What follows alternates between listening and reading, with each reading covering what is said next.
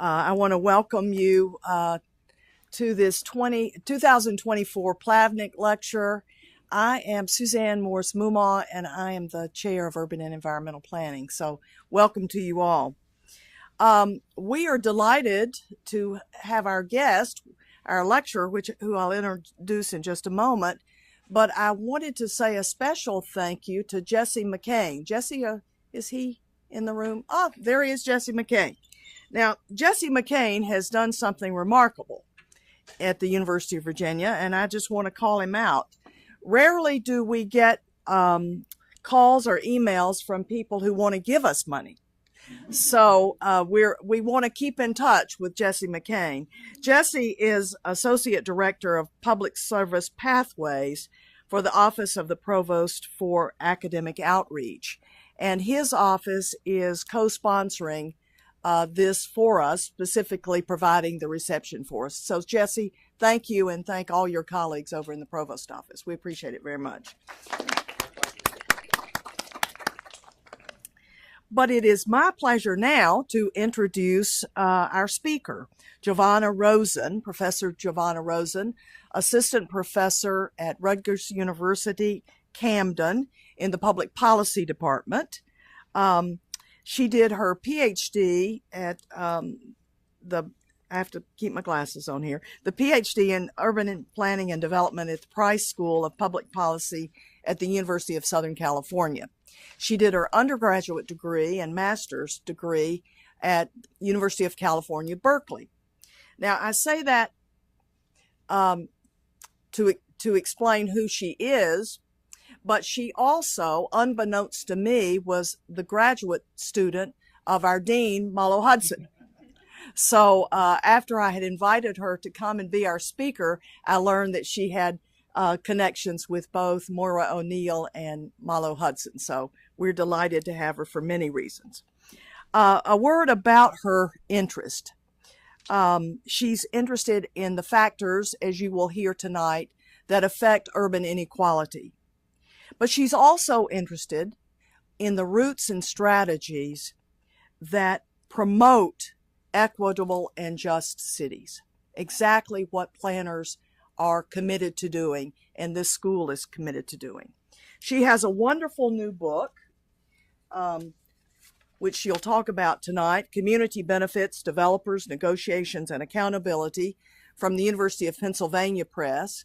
They have graciously offered to give a discount if you order a book. There's some flyers that look like this in the back. If we run out, I have an in with the editor, and they assure me that they will honor the 30% discount. So I hope that you will, I have a copy, so you're welcome to look through it as well. So Jovanna, we are thrilled to have you here. This is of interest to all of us in our school, and we're just delighted and honored that you are the 2024 Plavnik Lecturer. Thanks so much.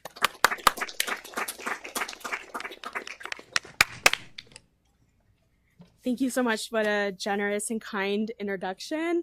Malo's taking pictures of me, and I couldn't be more nervous to have him and Moira in the front row, so raises the stakes. I am really honored to be here and excited to talk to you tonight about my book, Community Benefits, Developers, Negotiations, and Accountability, which was published last year with Penn. And in the book, what I'm trying to do is understand community benefits as a community development strategy. What do these agreements produce, for whom, and what are the factors that contribute to success? And the title kind of gives you a sense of where I'm headed. These agreements need mechanisms for accountability to ensure that even after the agreement gets signed, even after communities may get that policy win, to make sure that they deliver on their promises. And I'm going to show you that even after the agreement gets signed, that's really just the middle of the story. And I want to acknowledge that this work is funded by the Haynes Foundation, the Labor Research and Action Network, and the Bedrosian Center at USC. Great. So I want to begin by talking about the rise of community benefits and contextualizing them within planning and urban development.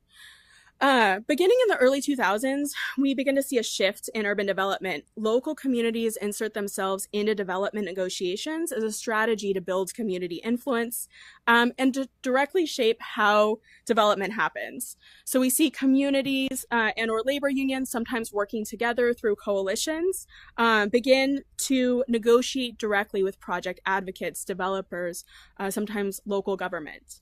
The first negotiated agreements were seen by community activists as a major win. I remember learning about them in Malo's class as a master's student, thinking that this could really be a very powerful tool for communities to get major wins in the urban development process. And so for community advocates, the goal here is really to promote equity. These are regional, large-scale projects, stadiums, light rail lines, large mixed-use development projects that bring dispersed regional benefits, but often concentrated harm to the communities in which they take place.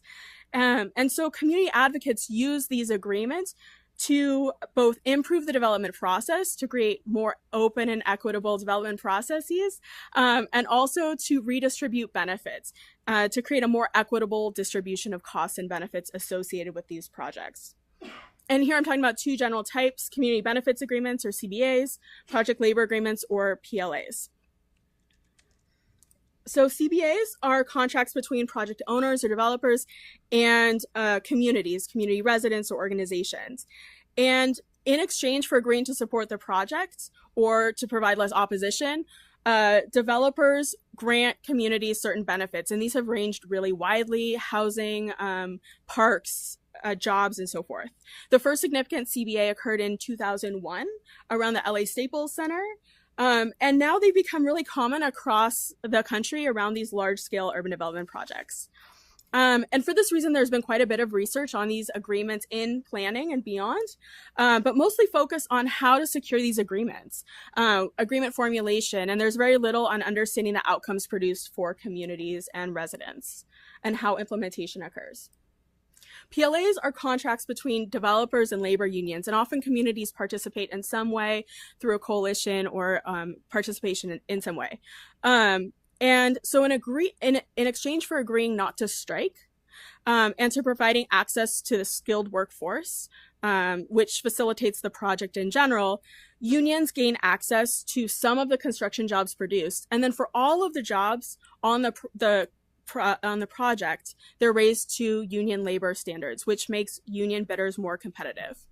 And these agreements have existed for a long time. There was a PLA around the Hoover Dam, but beginning in the early 2000s, so a very similar time frame to CBAs, we begin to see what are called community workforce provisions, community benefits provisions on these projects.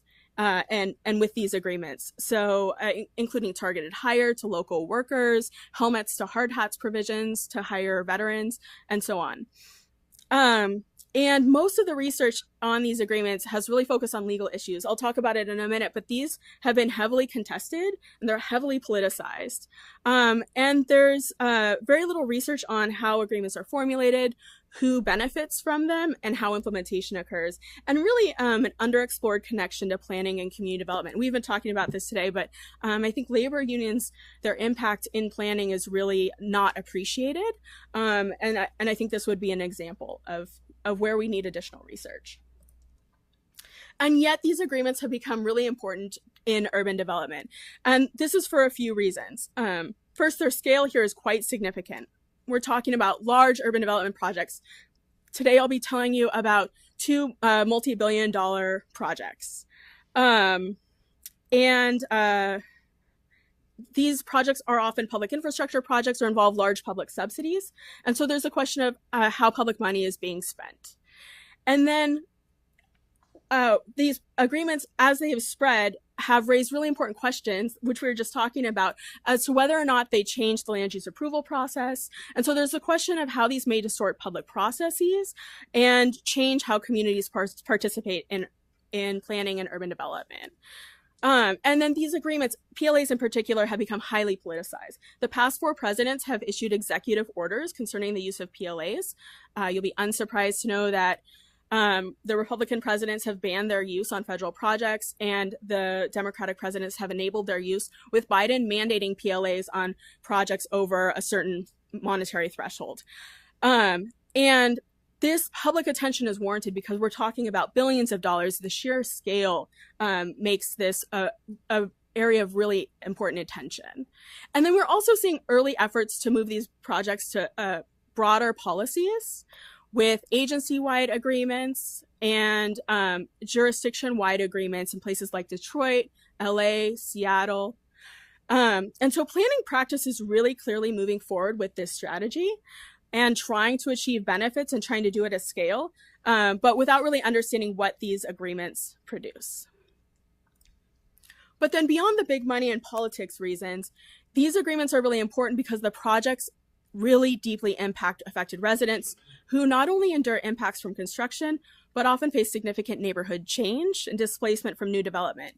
These are really impactful projects. And so this is a photo from from the Crenshaw neighborhood of LA, from my LA case study, which is considered the heart of Black Los Angeles, historically a predominantly Black, low-income community that is now one of the hottest real estate submarkets in the nation. The regional transportation provider, LA Metro, was building a $2.1 billion transportation line to connect up to LAX. There's transportation in LA, I know. It was threatening to contribute to ongoing neighborhood change, but also bringing really good jobs and connecting the neighborhood to the overall regional transportation networks. And one of my LA informants described the community's motivation in seeking community benefits. And this person said, "I live 2 blocks from the project. My community is messed up every day. The least I can hope for is that my neighbor can get a job from this project." So these agreements are used to ensure that the affected community is compensated to make these regionally beneficial projects good for them as well, to offset the concentrated harm. This is why communities are coming to the table. And then beyond the immediate effects, of course, these projects enter into a broader ongoing history of historical inequalities and cumulative effects of racialized processes of disinvestment in underserved communities, including major planning failures during urban renewal. And with more investment in urban cores, these agreements were envisioned by organizers to avoid these past mistakes by deliberately including residents in the development process and targeting benefits to residents specifically. So this was supposed to be a way to do development differently and ensure that communities and residents actually benefit. So here's the challenge though. Outcomes appear to vary dramatically. Some agreements are delivering what they promise to communities and may be improving equity in urban development. However, others are not and appear to be merely greasing the wheels of development and arguably rendering participation token. And yet these agreements are becoming more common as developers see this as the tool, the key that unlocks development, to get people on board with these projects that many people may want, but very few people want near them. A large stadium, for example, and community advocates see this as a key to getting at least some degree of community control over development to determine what gets built and how and where. It takes a long time to observe outcomes and it takes a long time to build. So this is still a relatively new process and it's very difficult to observe outcomes in a systematic way because the contexts are so different. And so we know little about what these agreements systematically produce and for whom and what are the factors that contribute to success. And so this is the contribution that my book hopefully makes, which is what do these projects deliver and for whom? And how do we make them work well for community residents? So when we think about who is supposed to get what is this process supposed to look like? Well, for project owners and developers, they're hoping to achieve less conflict with the community and labor, less risks, fewer delays. For local government, they're looking to facilitate benefits for their constituents, but to facilitate development in their jurisdiction overall. Unions are looking to make contractors more competitive in the process and then to gain access to jobs in general. And for the community, they're looking for the delivery of community benefits. And this is really the connection to community development through a people or a place-based strategy within spatially bound communities to build economic, human, and social capital and create economic spillovers. But for community development to happen, these agreements actually have to deliver on their promises. And so it remains to be seen what actually happens, who gets what. And one of my Atlanta-based informants really described the challenge of benefits delivery from the community's perspective. And this person said, well, anybody can put something on paper. The integrity is getting off the paper into a reality. The integrity is for the people to benefit, that the agreement was designed to benefit. And this is a theme that I'm going to return to throughout my talk, the idea of paper benefits, or the promises made when the agreement gets signed, versus the tangible benefits, including good jobs, that motivate people to come to the negotiating table. Paper benefits are just promises. They don't pay bills, and they don't create the human, social, and economic capital that we're looking for from these agreements. And this quote illustrates the community's concern at the outset, which is a common theme that I heard throughout my cases, and I continue to hear in places like Philadelphia, where there's a huge and very controversial CBA happening right now. A real concern at the outset that these agreements are not going to deliver for communities. And I'd like us to think about this and community benefits in general as the compensation that communities were promised for participating in this process. And in another paper with Lisa Schweitzer, I argue that paper benefits without material benefits delivery isn't just a missed opportunity, but can produce tokenism and rhetorical trickery and real harm by creating misleading perceptions about what communities have received from development, and reduce trust in institutions. And I just want to take a second to say that I think that's so important on the eve of an election, to think about how planning can contribute to the extent to which people trust and distrust institutions. And I'd like us to continue to consider that in our work and as I'm talking today. So there's a lot at stake here. And evidence indicates that these agreements are not just turnkey, but that some are really failing to deliver and to give communities what they were promised when the agreement gets signed. So today I want to focus on the two contributions that I'm making to community development. What outcomes do agreements produce for communities, and what are the conditions under which community benefits get produced? And this second question is particularly important because if we understand what these conditions are, we can improve future agreements. And I think this is really an inherent goal of our work as planners. So in my book, I look at 4 cases, 2 CBAs and 2 PLAs in Atlanta, Seattle, Milwaukee, and Los Angeles. And I show that the first 3 cases, Atlanta, Seattle, and Milwaukee, take different paths toward a very similar outcome, which is that these agreements undermine community benefits during implementation. And they contrast with a final and most successful case in Los Angeles, where I argue that the agreement is the most successful because it's produced some degree of accountability. And so I want to now dive into the cases to show you what this looks like. Today I want to focus on the Atlanta and the LA cases, and I'm doing that because I think it's really important to talk about CBAs because they are more possible across different jurisdictions. PLAs are heavily contested. There is ongoing legislation in many states, including in Virginia, to potentially make it illegal to do PLAs on state-funded projects. And so I want to talk about policies that potentially students can implement or work on in their own work. But I also think it's really important to talk about what works. And so for that reason, I want to talk about the LA case today. So today I'm going to move across the 2 different types of cases, but I'm happy to talk to you more about it. And a note about my methods. My methods are qualitative, interviews, archival research, and multiple years of action research with an LA-based community organization. Happy to talk about it more, and there's an appendix in the book. But moving forward, I want to take you to LA and Atlanta. So the Atlanta case concerns the $1.6 billion new-ish Atlanta Falcons stadium. I'm sure we have some football fans in the audience, which is now called the Mercedes-Benz Stadium. And then for the LA Metro Project Labor Agreement, I'm focused on the first mega project from that agreement, which is the Crenshaw LAX Transit Corridor Project, a $2.1 billion light rail line that recently opened. And so here's the important point from this talk. Both agreements could be considered successes by the agencies that put them forward, by the developer, even by the casual observer. You could say that both created paper benefits. But when we look closer and evaluate these based on community development terms, I'm going to argue that the Atlanta case failed in many ways, but that the LA case was much more successful. And it was more successful because it created some degree of accountability. But I'm going to show you that accountability and community benefits is very fragile and contingent. So the story of the Atlanta Stadium began in the early 2010s when Falcons owner Arthur Blank, the billionaire owner and founder of the Home Depot, wanted a new stadium for the team. And in particular, he wanted a retractable roof. So as we talk about this, I want us to remember that this is really the story of a very fancy retractable roof.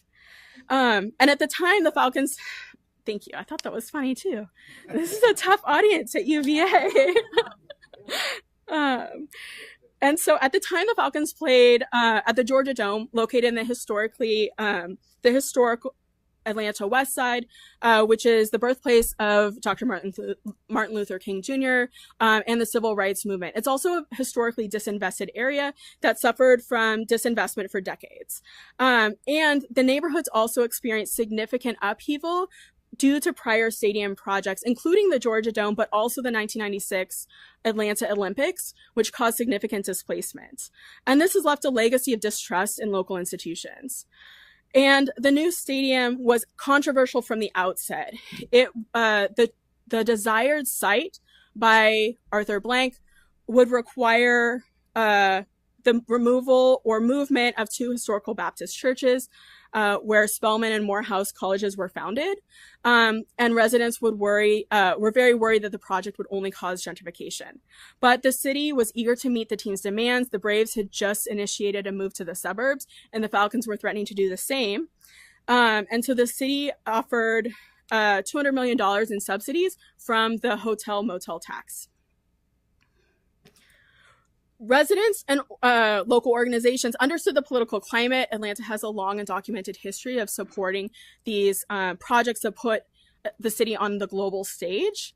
And they viewed the stadium as a done deal and saw their only real organizing strategy is trying to leverage the stadium and the public money and these public bonds for local benefits. So the city negotiated directly with Arthur Blank's foundation, the Blank Foundation, for $15 million, and the city put up $15 million through its redevelopment arm, Invest Atlanta. And in a very important move, public officials required that the $200 million in bonds couldn't be issued until a community benefits policy was approved. And this was really important because it created a key source of leverage for the community as they move forward with negotiations. And so a committee was formed with various stakeholders to negotiate the benefits package that the city council would review prior to issuing the bonds. So the process became incredibly tense. The step before the bonds, and this was the step before the bonds could be issued. The community fought really hard for a legally binding agreement. They wanted to be able to sue in case something went wrong. And the city absolutely refused. The Blank Foundation absolutely refused. So it reached kind of a stalemate. And this was really rooted in the mistrust of local institutions due to these prior projects. And negotiations began to take months. So Blank Foundation officials or representatives and city officials began to express real concern at how long this was taking and the stadium wasn't moving forward. And so as the talks continued for months, the community representatives held firm because they knew that their leverage only existed until the bonds were issued and the project moved forward. But in the middle of one November 2013 meeting, a city council member responded to a question by noting that the policy had already been moved forward to the city council. And so they could move forward with issuing the bonds because they didn't want the project to be delayed. And so the move eliminated the committee's leverage and ensured that the benefits package would not be legally binding. And for many, it confirmed their worst fears that this committee never had any real power. And residents were absolutely outraged. About 50 residents started shouting shame during the meeting. One resident said, you wonder why we want an agreement? Because we don't trust you. And you proved yourself untrustworthy tonight. And so even city council members were shocked and outraged at this development. But the process had already moved forward and there was really nothing they could do. The bonds were being issued and it quickly became clear that the community had lost a key source of leverage. So negotiations produced this non-binding plan. And the plan did not specify individual projects that would be funded with this $30 million allotment. And this move created a grant-making process that left enormous discretion to the Blank Foundation and the city to pick projects to fund. And so some residents were absolutely enraged and vowed to vigorously enforce the agreement. They wanted to keep this committee going to serve as an enforcement body for the agreement. But they lost key leverage and local government officials were very clear that that was not the committee's purpose. So the process moved forward towards an RFP, a request for proposals for these grants by both Invest Atlanta and the Blank Foundation, who chose projects to fund. And all the funds were spent by the time that they were supposed to be spent. So this agreement, this policy delivered what it was supposed to in many ways. And the funds have delivered some good, some projects that the community really sought. One was this Lindsay Street Park, which is the first park in the English Avenue neighborhood. Another was a community workforce center. These were clear community priorities from the outset. However, other grants went to entities that many residents argued were outside the neighborhood, and with the Blank Foundation already had existing relationships with. And then one set of grants went to the Atlanta Police Foundation for police cameras in the neighborhood. And this was very controversial. And when residents found out about this in one committee meeting, they had many questions and no one to turn to. The Blank Foundation representatives and city officials had stopped attending the meeting. And there was no one that they could go to respond to questions about why police cameras represented over a 30th of the allocation. The Atlanta Journal-Constitution, which is one of the major newspapers in Atlanta, ran an article about the meeting and with a picture of the empty meeting and called it the loneliest body in local government. And so the Blank Foundation and Invest Atlanta really implemented this agreement at their sole discretion using a philanthropic grant-making model, selecting recipients loosely based on the priorities of the plan, but not really responsive to the community. And city representatives argued that the local residents didn't have the capacity to direct investment, and they cited previous community benefits failures around the Georgia Dome as evidence that the community couldn't direct this process. But as a community development strategy, this approach had clear equity issues around participation and outcomes and raised serious questions of tokenism. And I found multiple instances in which this process, even as it achieved results on paper, clearly departed from community goals and priorities. And altogether, this investment has left really important questions about what this project has produced, whether or not benefits will generate lasting change, or just amplify the gentrification that's already begun to take place on the Atlanta West Side, and housing prices have already begun to escalate dramatically. And meanwhile, the Blank Foundation and the city got what they wanted. The stadium was built, the Falcons stayed downtown. The Falcons even get to keep concessions, and they sold the naming rights, of course, to Mercedes-Benz, the luxury car manufacturer, for an undisclosed amount. Community activists did work to hold the Blank Foundation and the city at the to hold the city figuratively at the table, but they stopped attending after they lost leverage.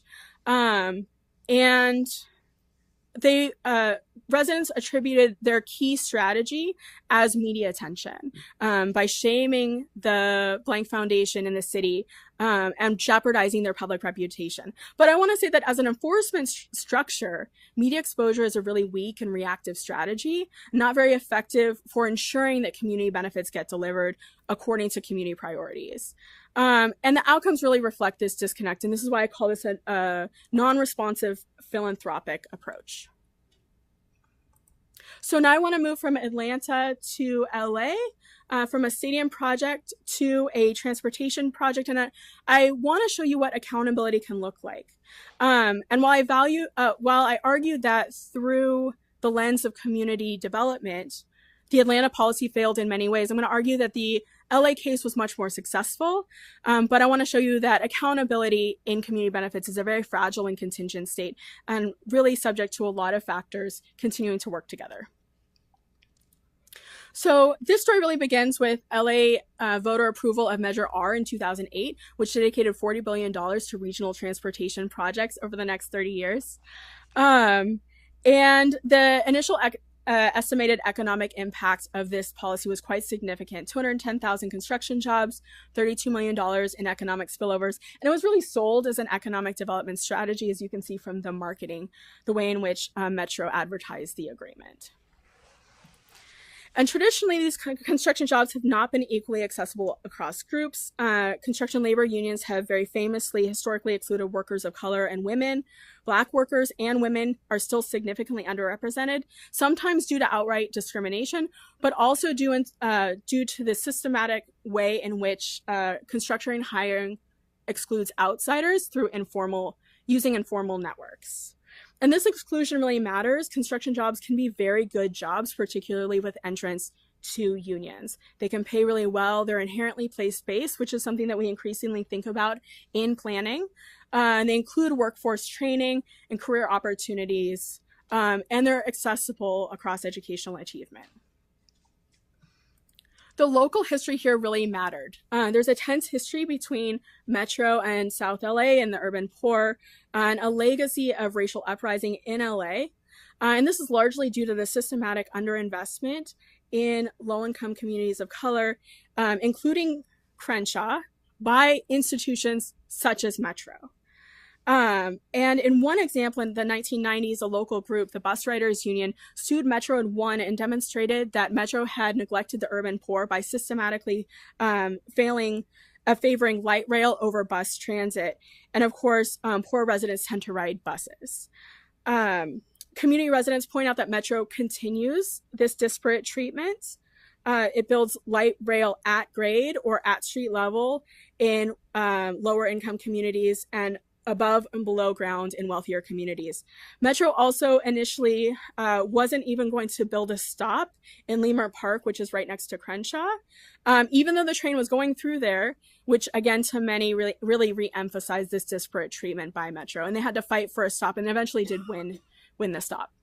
And yet Measure R is promising to build entirely new light rail lines, such as this $2 billion Crenshaw line. And then finally, as Measure R was being discussed, there was turnover among the Metro board, including then new County Supervisor Mark Ridley Thomas joined the board. And he is a really prominent Black leader in the Crenshaw area.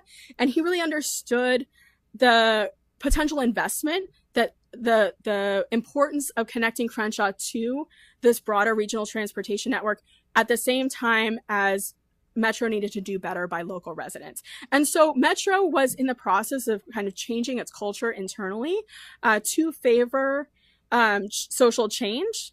And the goal then really became, okay, so we have this large scale investment. How do we make sure that this is an opportunity that's enjoyed by everyone? And then very importantly, Metro is in an era, like many transportation agencies, where its future expansion efforts just depend on community support through ballot box measures and through public support in general. And Metro has kept coming back to the public for money. So obviously Measure R passed. Measure M, or Measure J, which was proposed 4 years later, would have extended Measure R, and it failed. And it failed due to organized community opposition, including by the Bus Riders Union. And it's very clear that Metro realized it depends on community support to achieve its organizational goals and sees the PLA as a way to demonstrate its performance for low-income communities and its public commitment to social good. And with all of this money on the table in LA, contractors see the potential profits, unions see the potential profits, but understand that they need to work through Metro in order to do that. And then all of this has taken place within the LA context, where there's a strong history and infrastructure of organizing, and where the community benefits movement really started. And so these different characteristics, both historical and current, set up a context where the actors involved were all kind of predisposed to need each other, to depend on each other to achieve their goals. And I argue that this is really the basis for the fragile accountability that would emerge during implementation. And so the question really began to be, how do you include local historically underserved residents in these projects, and who will benefit from this investment? And so in the process of trying to create a policy to do this, they ran into a couple of barriers, which gets pretty technical, but national hiring mandates at the time, and then Prop 209 in California prevents affirmative action. And so these are the various proxy measures that the agreement tried to create, that the agreement created. And so these are the agreement goals. But really, fundamentally, the goal was to hire local workers on the project, and for the Crenshaw project in particular, Black workers on the project. Oh, and then I wanted to call attention to the apprenticeship requirement, which is a really important requirement because this is the way in which residents without access, who don't have experience in the construction industry, gain entry into construction unions. And it's also used to address what is sometimes called a skills gap, as a reason that contractors note that they can't hire locally because local residents don't have the necessary skills to be able to perform this work. And unlike some of the other policies I looked at, this was legally binding, leaving Metro with the ability to enforce and assess penalties on contractors that did not meet these agreement goals. From the day the agreement was approved in 2012, the PLA and Metro was really touted as this high-profile success. Even before workers were actually hired, the LA Times ran a series of stories talking about this innovative policy. Metro posted these large billboards at construction sites. It's kind of hard to accurately show how big these are, but those are people right there. Massive billboards at intersections in LA where people sit in traffic a lot. And this worker in particular, Ladea Epps, in the middle, was really cited very widely as an example of this agreement's success. She was a single mother, chronically unemployed, and under the PLA, she gained a union job with advancement potential. And she met the categories of disadvantaged, local, and apprentice, which were all three of the agreement categories, right? Then First Lady Michelle Obama invited her as a special guest for the State of the Union in 2015. She met with the Secretary of Transportation and the Secretary of Labor. And this really shows how high profile the agreement became. That the FTA ran a pilot project to test national hire based on this PLA. And this really shows the narrative of success that dominated this agreement from the very beginning. Again, we start to see the paper benefits delivery, that Metro's getting a lot of credit for Metro local government, and the unions are getting a lot of credit for delivering, even as very few workers have actually been hired. And yet conflicts arose as the agreement transitioned to implementation. Metro hired staff to directly monitor and implement the agreement, which is pretty rare, and possible because of the sheer scale of this agreement. And while the community was pleased with the agreement, one organization in Crenshaw, the Black Workers Center, really vowed to remain vigilant after the agreement was approved, really out of concern, as I've said before, that the agreement wouldn't deliver results. And this organization took on a watchdog role, monitoring construction sites through openings such as these, and working to improve transparency on the project. And you can see the obvious challenges in trying to monitor a site through little cracks in the wood paneling. But residents engaged in a really extensive effort to collect data, and they did this for three reasons. First, to raise awareness about the existence of these jobs. Second, to verify Metro's data. There was a lot of reports among residents that they weren't seeing Black workers hired on this project. And Metro pushed back and said, well, workers are working underground, which is actually a good thing because those are very highly skilled jobs, meaning they're getting paid pretty well. And they're also gaining important skills that will make them more eligible for their next job. And there were also reports that when they saw Black women on the project, they were holding signs, which is lower skilled work and would mean that they would have trouble finding their next job. And so residents were gathering data to create their own observations to be able to show the Metro board, this is what we see. And then finally, some of this is about public theater, to show people, to show the other stakeholders that the community is watching. And you really need to remain focused on delivering on our goals. And in the process, the organization and other residents built a relationship with Metro administrators. And in response, Metro did incorporate community input. It changed how it showed outcomes. It even allowed residents onto the project to show people who was working on the project, which is very rare. And as a result, everyone I spoke with argued that this relationship, while adversarial, had been quite productive. And the PLA has been extended and is now viewed as a core agency policy.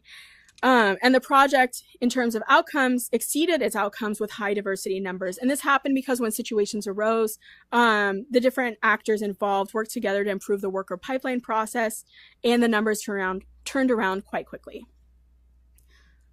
So I want to take a second to show you the structure of PLA implementation here before I quickly wrap up. Implementation really happened in this way. The Metro Board, comprised of very powerful elected officials, really put pressure on the administrators, and these were people hired with the sole job of administering this agreement.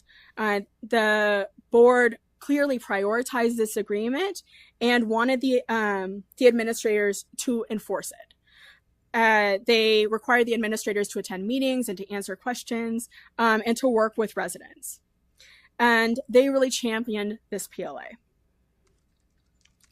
The administrators in turn put pressure on the contractors, required the contractors to start attending the monthly Metro board meetings. And they did so because the contractors are such a key part of this process. And they had to produce really informative hiring reports, and they had to work with the unions to ensure that targeted workers were directed onto job sites. And this is really the key way in which community development outcomes are produced. Who gets hired is really a product of the contractors and the unions and their work together. But a lot of this was driven by this bottom-up process where the community put a lot of pressure on the county supervisors, who as leaders were really receptive to working with residents, working with organizations to ensure that the outcomes were produced in the way that was originally envisioned. But I want to show you this diagram to show you how far removed residents are from producing their goals and their outcomes on this project, and how contingent their outcomes are on the activities of all of these other actors. And so as an enforcement structure, while this was accountable, this created accountability. You can see how this process is incredibly fragile to everyone remaining really focused on community outcomes, and very vulnerable to any shifting dynamics. So when we think about what these agreements produce and for whom, it's very clear from my cases and my work that project owners and developers are getting what they want from CBAs. Projects are moving forward. This is definitely enabling development in important ways. And in many ways, local governments are getting what they originally sought, because they can achieve a lot of their goals through paper benefits, the appearance of community benefits delivery through facilitating development in jurisdictions. And labor unions can also get what they want because they directly control hiring. But it's community residents that are most vulnerable to not getting what they originally sought. And this is because their outcomes are the last to materialize and the most contingent on the continued efforts of everyone else in the process. And they lose leverage after the agreement gets signed. And so for this reason, other actors can figuratively walk away from the negotiating table and leave communities trying to organize to get what they were originally promised. And as the Atlanta case shows and the other stories in my book, sometimes the organizing strategies left to residents, despite their best efforts, can be very limited. So when we think about the takeaways for planning practice, it's really important to understand that community benefits are the last to materialize. And as leverage shifts after the agreement gets signed, there's a systematic risk that these benefits agreements don't deliver on their promises. And so accountability becomes absolutely key. And even with the exemplar Metro PLA, which created accountability because of this unique top-down and bottom-up structure. Accountability and community benefits can be an incredibly fragile and contingent process. And even though in planning we often focus on deliberation, these cases really show how that is a necessary but not sufficient condition to create outcomes. And so it's really key to create accountability that makes sure that everyone has a vested interest in outcomes continuing to materialize, and that affords communities continued leverage throughout the process. And I detail these in the last chapter of my book, and I'm happy to talk about them more, but this could look like carrots and sticks. And the Atlanta case, for example, might have proceeded very differently if there were clawbacks for the Blank Foundation and the Invest Atlanta not delivering on its community promises. And so if some of that public bond money had been able to be clawed back, that might look very different. And we also need to ensure that there's expertise in the stakeholder process, and we need to ensure that residents are compensated to continue to participate in this process during implementation. And so I can talk about these in more depth, but I want to conclude by just saying, reminding us to think about the bigger picture, which is that community benefits are a very limited strategy for delivering large-scale change. And it's because this is a community development strategy that hinges on urban growth, which continues to disproportionately favor urban elites. And so we should never see community benefits as a substitute for public funding. And it's also poorly equipped to deal with many complex urban challenges, which span spatial scales and time frames.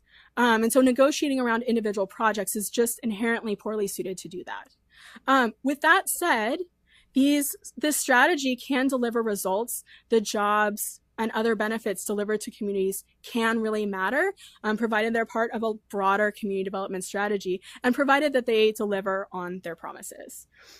So with that said, I'll wrap up and welcome any questions you might have. Thanks. We've got time for a few questions. Moira, oh my gosh, I'm terrified.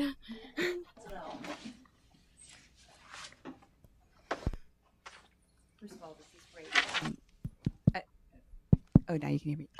So between the two, one of the things that I noticed that's a big difference is who the parties are, right? Absolutely. With respect to these, because you have the CBA that's between the sports team, right, and community, and of course all the other different players within that, and the other is Metro. And I'm wondering to what extent you actually think having the public sector, right, where you have the elected officials, they're not just in the stage of giving the approval, right, to the sports team. Now they're actually responsible for the project delivery. Like, what role do you think that plays in the different outcomes? I mean, there's so many different, factors. I'm just relative to other factors. Right. Well, Invest Atlanta is a body of the city of Atlanta. So, so the government was definitely part of, and a source of problems from a community development perspective, from the community's perspective in Atlanta. But with that said, I do think, I mean, I'm a planner, right? So I think that there is a very important role for the public sector in this space. And I've wrestled with this because there's a very contentious CBA that we've been talking about, which I would argue isn't really a CBA, but it's being sold as that around the new 76ers stadium in Philadelphia. And it is being strongly advanced by the mayor and is kind of being seen by many residents as a backroom deal around a proposal that's actually very, very unpopular. Over 80% of people don't want this stadium built in Chinatown, and are fine with it staying in the stadium district in South Philly, if you're familiar with that. And so I think, this is such a simple point, but I just keep coming back to the fact that leadership really matters. And so I think there's a really key role for the public sector here, but nothing replaces leadership who is concerned about constituents. And in many instances, I think that's not the case. And so in that sense, I don't think local government is helpful. And it's also almost antithetical to the original goal here, which was to create direct negotiations between residents. The other role that the local government is starting, that government in general is starting to play, is that when these agreements are being scaled up, they become agency-wide agreements and they become local ordinances. And so again, though, does the local government care, and are they accountable? Which I think can really vary. It's like a very election day thing, but leadership really matters. I want to ask a question. Yeah, I'll stand up. Alice, I'm not calling you out, but you're here, so yes, I am. But one of the issues that we've had in Charlottesville, and this is why this is so interesting to me, is when the flats and the Standard were built on West Main Street, community benefits were promised, but we're not quite sure what happened to those benefits. And the disparate impact on, I'm not calling Alice about this, disparate impact on the poorest communities in Charlottesville have been felt. Just walk down Page Street sometime. Alice, do you know, or anybody in the audience, know about what that looked like for Charlottesville and how that played out? I can't answer the question about the community benefits, Suzanne. And I do know that the developers followed the rezoning that, oh, sorry. Hi there. I don't know about the community benefits, about those projects. I do know that the developers followed the rezoning that the city enacted. And I think that that's a really interesting discussion given our new zoning plan as well and what we're going to see in the city. I actually introduced myself to Jovanna at the start because, you know, we have some feasibility studies that the health system is doing now in Fifeville. And that's actually what really drew me to this lecture, because the neighborhood has had has negotiated a community benefits agreement with a developer that is doing the Cherry Avenue redevelopment, and they've asked the university for a CBA as well. And you know, that's a difficult thing for a public institution to commit to. And so we're in the discussion, or the health system's in the discussion about what are the benefits to the community if, you know, we're looking to develop in an area that we haven't developed in previously. Anybody else know any inside information about that? But I do think as our community becomes more and more gentrified, we have so little land mass, what do you do about that? But my question to you is your very last point, Jovanna, and that is these kinds of benefits cannot take the place of public investment in disinvested communities. So Yeah. I see. No, I had a mission too. Yeah, and I don't see that as undermining community benefits at all. But I often see a strategy. Part of the Philadelphia 76ers proposal, it just came out a few weeks ago, is funding for schools in Philly, which are very disinvested and have deep infrastructure issues, including asbestos. And that's not community benefits as I see them. It's deeply important to invest in schools, but that distorts what this is. Those are public benefits. And Moira, I'd be super interested in what you think about, because I see some of these issues as really development agreement issues and less community benefits issues. And so I see these ideas being conflated in important ways. And I think, you know, nothing replaces taxes and a functioning public sector. And when we have that in place, I think community benefits can be a very interesting strategy to promote trust, which I think is deeply important in public institutions, and to have communities express what they want and need from institutions and to receive that. And to therefore alter the costs and benefits associated with these agreements. But if we're using them to backfill public funding, I mean, that's not good.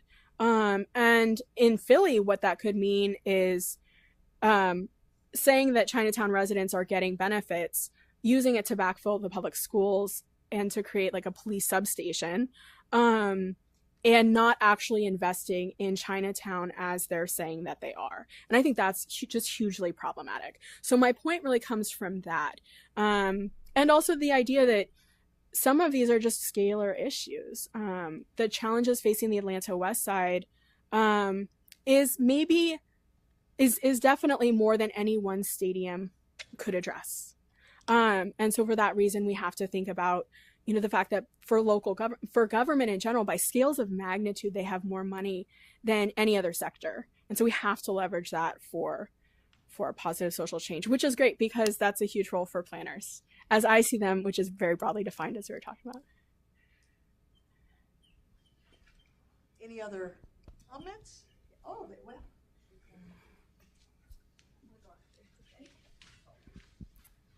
We'll take one more after this and then head to the reception. So I was curious about this distinction between a community benefit and a public benefit, especially because one of the examples of a community benefit you had for Atlanta was a playground, which I would often think of as a public benefit as well. So I wonder if you could talk a little more. I mean, obviously there's a fuzzy line, but I'm interested in how you define that fuzzy line. Yeah, these are just kind of thoughts I'm having in response to Philadelphia. But to me, it's really about scale, that the neighborhood scale is what was changing this. So the fact that the community articulated, we want a local playground, and that this policy created that, I see as being within the jurisdiction of what is a community benefit. The idea that the concern of the Philly arena is that it would really target Chinatown, which is a very important cultural district in Philadelphia. And then you're giving money to Philly schools, which again is very important, but that's citywide. And so you're not really targeting benefits at a local neighborhood scale. Yeah. Anna. No. First of all, thank you so much for coming, and Thank you for coming. and for doing this talk. It was really wonderful. I'm kind of interested in how you view this transition that really started to happen, and you even articulated from it being about communities to being about larger cities kind of taking on this role. Yeah. I'm thinking about it, especially my realm of research is in Detroit, which has a community ordinance about projects over a certain amount of money or that are using a certain amount of public funds have to kind of meet the needs of the community. And often when it's coming through the city, there's this perceived level of accountability happening. But also it tends to also be a little more dispersed in terms of just kind of generalized money being given back to the city. And do you feel like there's a difference between, do you think the promise of it just being money that an organization has to give through, like I'm thinking of the Michigan Central Station just got redone, and part of that was they agreed to give a certain amount of money back towards the city. They didn't have to actually do any of the projects. They just had to give money towards the community. And do you think that that kind of creates a different level of expectedness or a different kind of community benefit when, you know, the developers only expected to be giving money and then the city is the one who's actually doing the projects? I mean, I think it really just changes the scale of it, which can be good and bad. So what I've seen from ordinances is that they can be more watered down when they're at a higher scale because they become heavily politicized. Whereas if you're a local community negotiating with a developer, no one else is really weighing in if the developer is willing to give you that. So it can open them up to broader political processes. And PLAs in Seattle have received that criticism that they deliver less. But with that said, kind of to Moira's point, like if we can actually use local government, then you have the ability to kind of institutionalize expertise. You have the ability to ensure that someone is around to enforce the agreements. It can be really good if local government is responsive, and that's why it's kind of just a no-brainer, but it's so important that leadership really matters here. And then the other thing I would just note is that creating slush funds for cities can be very similar to that kind of distinction I was trying to make about scale. Is that really delivering on the community focus? Again, remembering there's a reason why I spent so much time leading up is because these were really designed for a different purpose than they're often serving now. which could be fine, but let's understand what we're doing. And to me, I think this is much more about trying to find another funding stream for the public sector rather than actually trying to address historic harm and build trust in institutions and mitigate and redistribute costs and benefits from projects. Thank you so much. Yeah. Oh, we've got. It's fine. All right. I promise we'll chat after. I'm so excited. This will be our last one. Sorry. I know it's bad. One thing that I have a question about, but I also want to respond to is this point about leadership. Actually, in Professor Monshine's class, we recently visited the U.S. Department of Transportation, and something I asked the presenters there were, what organizational capacity do they have to be resilient against political or administrative change? A great and question. In thinking about our role as planners, and I'm currently a student in planning, my understanding is that a lot of bureaucrats, technocrats, and planners are going to remain in their job positions even through political and administrative change. So just pushing back lightly against the idea that leadership is important, because it is. I think planners have a responsibility to recognize their constant presence, and in that sense, perhaps have some responsibility in enforcing for the community. I was looking at the slides and kind of thinking about, is the planner with the developer, the local government, or the community members?